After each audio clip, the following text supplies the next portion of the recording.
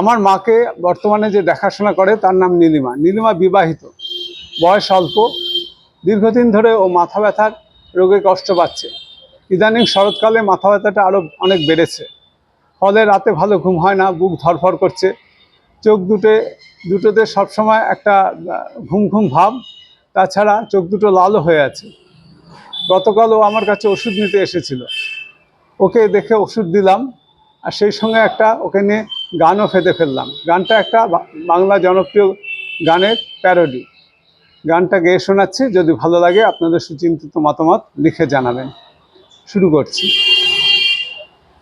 এই টিপ টিপে মাথা, ঢিপ ঢিপে বুক, ঢুলু ঢুলু আখি লাল, আসেনি তো ইদানিং নীলিমার আজকাল। এই টিপ টিপে মাথা, ঢিপ ঢিপে বুক, ঢুলু ঢুলু আখি লাল, আসেনি তো ইদানিং নীলিমার আজকাল।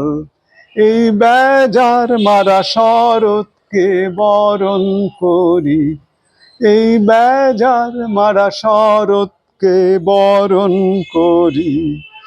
ওগো মাথা ধরা রোগ আর এই এক টানা ভোগ, এই বেজার মারা শরৎকে বরণ করি।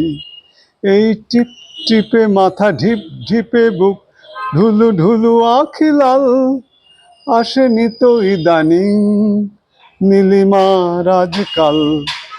মাথা ধরা রোগে ভুগেছে বহুকাল, খাবি খেতে খেতে কেটে গেছে সুরতাল। মাথা ধরা রোগে ভুগেছে বহুকাল, খাবি খেতে খেতে কেটে গেছে সুরতাল।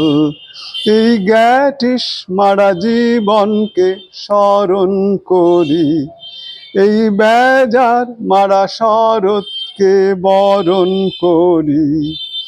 ওগো মাথা ধরা রোগ আর এই এক টানা ভোগ, এই গ্যাটিস মারা জীবনকে স্মরণ করি, এই বেজার মারা শরৎকে বরণ করি।